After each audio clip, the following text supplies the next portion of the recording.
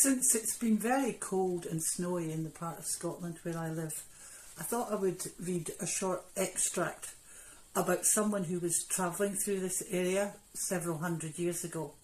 And this extract comes from my book, Beras Banditi, The Men of the 45. The man involved was called John Daniel, and he was what was known as a gentleman volunteer. He had signed up for Charles Edward Stuart's army and had come back with that army from Lancashire, where he came from, to Scotland. The Jacobites had won the Battle of Falkirk in January 1746, but they failed to capitalise on the victory and began the retreat, which was to end in defeat at Culloden.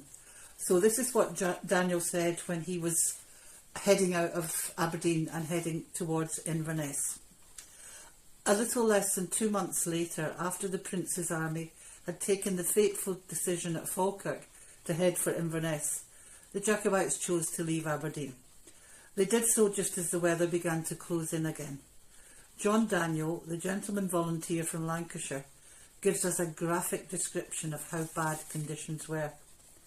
When we marched out of Aberdeen, it blew, snowed, hailed, and froze to such a degree that few pictures ever represented winter, with all its icicles about it, better than many of us did that day. For here men were covered with icicles hanging at their eyebrows and beards, and an entire coldness seizing all their limbs.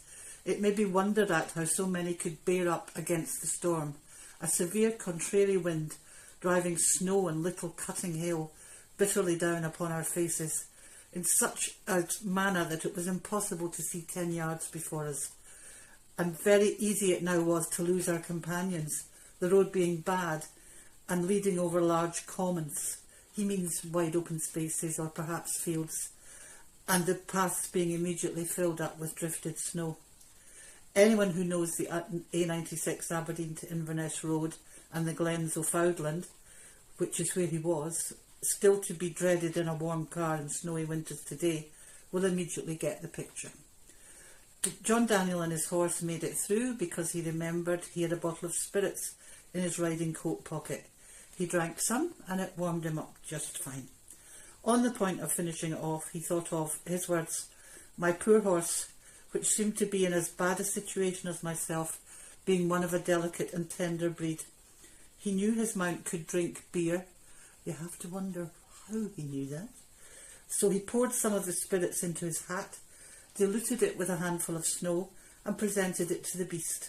It did them both the world of good, and, it is to be hoped, allowed them to get through to a nice warm inn and a nice warm stable.